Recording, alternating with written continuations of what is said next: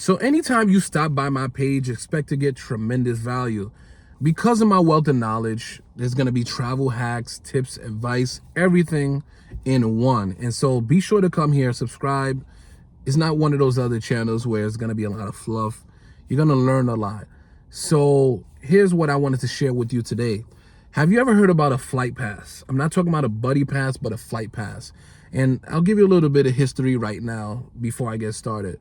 So back in the day, some airlines, companies are always trying to find different ways in which they can bring in money.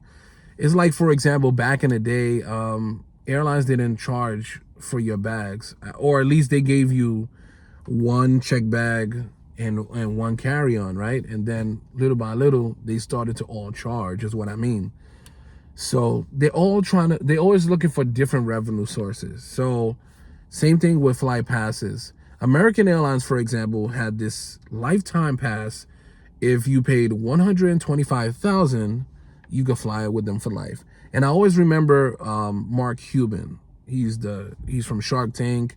He's also the former owner of the Mavericks. When he came into money, he purchased a few of those lifetime passes, one for himself, and I think about two for other people. And I always remember, him being one of those people who actually purchased it. And then the thing became so successful that, they increased the cost, like 250,000. It got to $1 million. It got past $1 million. It kept going up. And then to the point where they had to cut it off because, at that point they were losing. So that's an example of them airlines just looking for another way to generate income, and then it would just work too well. Anyway, but today I'm going to talk about Frontier. They have a flight pass, but it's called a Go Wild Pass. So with the Go Wild Pass, for example, if you want to travel between May 1st and September 30th, they have a sale going on right now for $399 for that period. So you could travel as much as you want to all their destinations. But the only thing is, you just have to verify there's no blackout dates, because some places have blackout dates depending on the day and the destination, etc. Why, you might ask? Like, let's say they have a route where that location is popping for that week or the day or whatever. They're gonna want people that's paying premium prices and not, with the pass, the savings and whatnot. So there might just be a blackout on that, so it's a way you can still be flexible. You can still make it work, is all I'm saying. Make it work. So in terms of booking, the way you book it is, if you're flying in the country, you can only book it 24 hours in advance. And then when we talk about out the country, you got 10 days in advance to be able to book the flight. So that's pretty much the difference. It's really because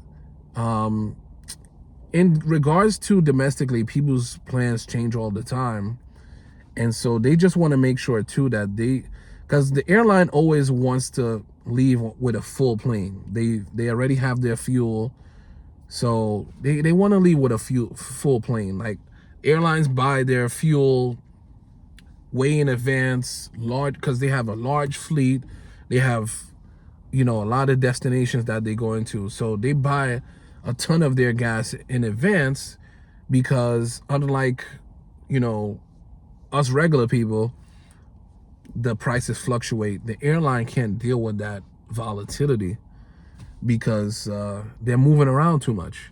And then it's gonna hurt us buyers from purchasing a seat, a ticket or whatever. So that's what it is. So just do that. For some people, it might be weird to just do it 24 hours prior, but for me, it's regular because I've been doing it for so long. I've gotten on flights 4 hours before, 3 hours before, 6 hours before. So 24 hours is a lot. You just have, if it's a weekend and you're off and you just say, you know what, I don't want to be home. Let me just fly somewhere, or let me take a day trip or whatnot. Just make use of it, especially during the summer, and you're going to get a lot of value. So pay that flat fee And then there's other little taxes. You got to pay for your bag and your seat assignment. So just think about that.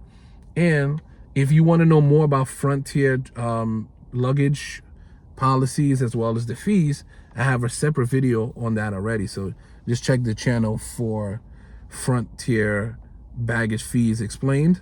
So I have it for them. I have it for different airlines. So just check in, and please like, subscribe, and share the video if this was helpful. Any questions, let me know down below. Till next time, David Durang, No Frontier, over and out. See you.